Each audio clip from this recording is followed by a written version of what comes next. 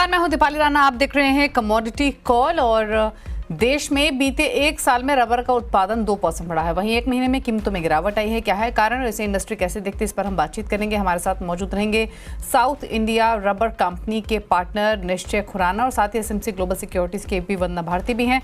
आपकी क्वेरीज को आंसर करने के लिए, साथ साथ फोकस करने के लिए स्ट्रैटेजीज पर। लेकिन पहले लेकर आते हैं आपके सामने प्राइस सेक्शन इस वक्त का। शुरुआत करते हैं सोने चांदी के साथ, जहां पर आज के कारोबार में गोल्ड सिल्वर दोनों में ही एक रेंज में कारोबार होते हुए दिखाई दिया है। इस समय का अगर आप हाल देखेंगे गोल्ड सिल्वर का, तो लेवल्स के हिसाब से तो यहाँ पर एक दायरे में ही ट्रेडिंग होते हुए दिखाई दी है। एक बार लेकर आते हैं आपके सामने कच्चे तेल को भी और साथ ही साथ बाकी बेस मेटल पैक को भी कि क्या रुझान वहाँ पर प्राइस वाइज देखने को मिला है।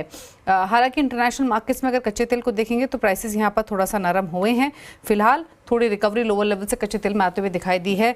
5926 के लेवल्स पर कच्चा तेल कारोबार कर रहा है, 1.25% नीचे है। गोल्ड फ्लैट है। बेस मेटल्स को देखेंगे तो यहाँ पर प्रॉफिट टेकिंग थोड़ी सी और इंटेंसिफाई होते हुए कॉपर 1.25% नीचे 811 पर है। जिंक में कमजोरी है। एल्यूमिनियम भी 1% की कमजोरी के साथ कर रहा है ट्रेड आज के सेशन में।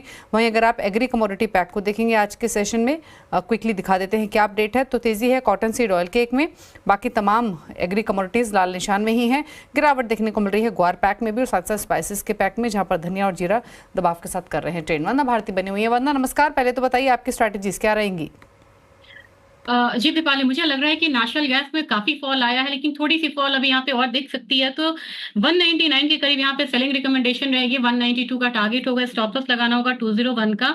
क्रूड ऑयल में एक अब यहाँ पे रिकवरी शुरू हुई है और मुझे लग रहा है कि एक बाउंस आ सकता है, क्योंकि इन्वेंट्रीज यहाँ पे कम होकर आने की यहाँ पे उम्मीद है मार्केट को। तो 5945 एक लेवल रहेगा जहाँ बाइंग करनी चाहिए। 6000 का टारगेट होगा, स्टॉप लॉस लगाना होगा 5925 का। और एग्री कमोडिटीज में जैसा बता रही थी, मुझे भी लग रहा है यहाँ पे कॉटन ऑयल सीड केक में एक तेजी है और तेजी आगे बनी भी रह सकती है। तो 2980 के करीब यहाँ पे बाइंग रिकमेंडेशन है। जो टारगेट है वो 3050 का है और स्टॉप लॉस लगाना होगा 2950 का। ओके, अच्छा कच्चे तेल पर वंदना क्या राय है आपकी? कच्चे तेल में बाइंग करके चलना चाहिए। 5945 के करीब बाइंग रहेगी। यहाँ पे 6000 का टारगेट है, स्टॉप लॉस लगाना होगा 5925 का। ओके, 5946 पे फिलहाल कच्चा तेल कारोबार करते हुए। अच्छा, पूरे बेस मेटल पैक को वंदना कैसे देखती हैं आप? क्या यहाँ गिरावट जो हम लगातार देख रहे हैं पिछले इनफैक्ट इस वीक भी ही नहीं, पिछले हफ्ते भी हमने प्रॉफिट टेकिंग इंटेंसिफाई होते हुए देखी थी, ये और नीचे ड्रैग कर सकते हैं क्या पूरे पैक को, या क्या व्यू है इन स्तरों से? दीपाली, मुझे लग रहा है कि थोड़ा सा भी करेक्शन बाकी है। बेस मेटल पैक में काफी ज्यादा अपसाइड आया था, यूफोरिया जो आया था स्टिमुलस का और इंटरेस्ट रेट कट का, वो यहाँ पे थोड़ा सा कंफ्यूजन है कि इंप्लीमेंट कैसे होगा वो स्टिमुलस, और इस कंफ्यूजन की वजह से यहाँ पे मार्केट में फॉल आता हुआ दिख रहा है। मुझे लग रहा है कल चाइना का जीडीपी नंबर है वो काफी इंपॉर्टेंट है। अगर यहाँ पे थोड़ा भी वीक होकर आता है चाइना का जीडीपी नंबर, तो मुझे लगता है कि इससे ज्यादा इंपैक्ट आएगा बेस मेटल काउंटर को अगर वीक होकर आता है। तो इंडिकेशन यहाँ पे थोड़ा वीकर साइड है, इसलिए इन एडवांस यहाँ पे बेस मेटल में भी यहाँ पे फॉल आ रहा है। मेरे ख्याल से कॉपर में ऑलरेडी बहुत ज्यादा फॉल आ चुका है यहाँ पे, फिर भी मुझे लग रहा है कि 811 के करीब यहाँ पे हम सेलिंग करते हैं। नीचे की तरफ 806 का जो एक आंकड़ा है वो हम आता हुआ देख सकते हैं। स्टॉप लॉस लगाना होगा 813 रुपए 50 पैसे का। जिंक की बात की जाए तो जिंक में भी काफी ज्यादा हम लोगों ने एक अपसाइड आता हुआ देखा था, वहां पे भी कूल ऑफ आ सकता है प्राइसेस में। तो 279 के करीब यहाँ पे सेलिंग रिकमेंडेशन रहेगी। नीचे का टारगेट 277 का होना चाहिए, स्टॉप लॉस लगाना होगा 280 का। और मुझे लग रहा है कि ओवरऑल पोजिशनली भी यहाँ पे एक बार हम प्राइसेस को 275 तक आता हुआ देख सकते हैं जिंक में। ओके, चलिए, तो ये रही आपके लिए स्ट्रैटेजीज। एक ब्रेक के लिए रुक रहे हैं, ब्रेक के उस पार रबर पर तो चर्चा करेंगे ही, समय रहेगा तो सवालों को भी करेंगे शामिल। वंदना भारती बनी हुई है, चल वापस आते हैं। आप देख रहे हैं कमोडिटी कॉल और बात करेंगे रबर की, क्योंकि FY 23-24 में जो उत्पादन रहा है रबर का वो 2% बढ़ा है, लेकिन उसके साथ साथ खपत में भी इजाफा देखने को मिला है। और अगर FY 25 की बात करें तो 8.7 लाख टन उत्पादन का अनुमान जताया जा रहा है। अब तक कितना उत्पादन हुआ है, किस तरीके के डिमांड सिनेरियो हैं, प्राइसिंग को लेकर क्या आउटलुक निकल कर आ रहे हैं, इन सब मुद्दों पर बातचीत करते हैं। Nishchay Khurana, partner South India rubber company से हमारे साथ मौजूद है। निश्चय जी नमस्कार, स्वागत है आपका। तो सबसे पहले तो फिलहाल की सिचुएशन समझना चाहेंगे। ओवरऑल जो उत्पादन का आंकड़ा रहा है वो तो 2% बढ़कर आया है, लेकिन आगे के लिए किस तरीके के एक्सपेक्टेड नंबर्स हैं ओवरऑल प्रोडक्शन के? तो बेसिकली मैं ये कहना चाहूँगा, पहले तो हमारी जो फाइनेंशियल ईयर 22-23 में 8.39 लाख मेट्रिक टन थी प्रोडक्शन, वो अब आगे जाके हो चुकी है 8.57 एंड द करंट रेशियो जो प्रेडिक्ट कर रहे हैं वो बोल रहे हैं 8.75। ये जो प्रोडक्शन हाइक की वजह से थोड़ा से प्राइसेस में इफेक्ट आएंगे। एज यू कैन सी कि आज आपकी मार्केट शीट रबर की मार्केट केरला में 196 पर किलो है, जो कि 260 रुपीस पर किलो थी, 260 पर किलो थी कुछ हफ्तों पहले। ये गिरने का कारण ही प्रोडक्शन है। और दूसरी बात, इंटरनेशनल मार्केट में जो इतना स्लम आया है due to the financial conditions, उसकी वजह से रबर के प्राइसेस हमें लगता है कि सिग्निफिकेंटली नीचे जाएंगे।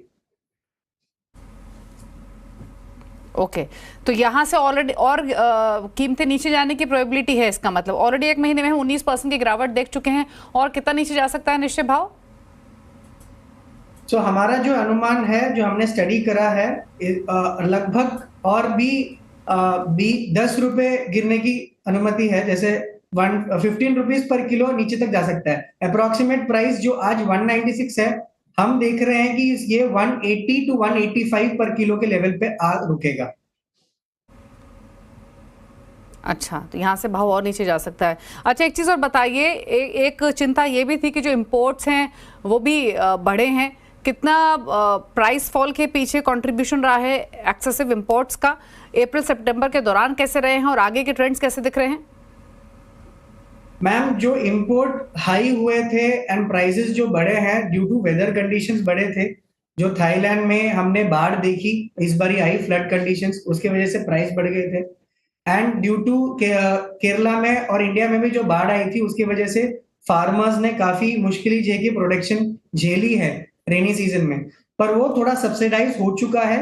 Weather conditions back to normal है, that is why prices have gone down, prices नीचे आए हैं। और इंटरनेशनल मार्केट में ड्यू टू वॉर सिनेरियो बहुत हाई पीक में चला गया था, जिसमें शिपमेंट की प्रॉब्लम थी। शिपमेंट की प्रॉब्लम की वजह से रेट ऊपर गए थे।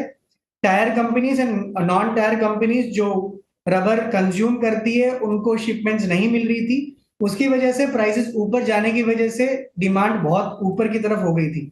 अब सब कुछ सब्सिडाइज हो गया है, वेदर कंडीशंस भी नॉर्मल है, और फाइनेंशियल कंडीशंस इतनी अच्छी नहीं है। दूसरी देश, चाइना ले लो, चाहे इंडोनेशिया या थाईलैंड ले लो, चाहे दूसरी कंट्रीज ले लो, due to war and other scenarios commodity market नीचे की तरफ ही रहेगी। एंड वी सी कि अब इंटरनेशनल मार्केट इतना सपोर्ट नहीं करेगी, शिपमेंट एंड ट्रांसपोर्ट सिनेरियो भी स्मूथ हो चुका है। तो we are seeing that market should subsidize more and it will go down further. तो मार्केट फर्दर सब्सिडाइज होने की पॉसिबिलिटी है, प्राइसेस भी थोड़ा और नीचे आ सकते हैं। चलिए, शुक्रिया निश्चय ये क्विक कमेंट्स अपने शेयर करने के लिए प्राइसिंग और प्रोडक्शन सिनेरियो पर। Thank you. इसी के साथ एक ब्रेक का भी वक्त हो गया है। इसी के साथ कमोडिटी कॉल में तो इतना ही। ब्रेक उस पर आप देखिए आवाज़ समाचार। नमस्कार।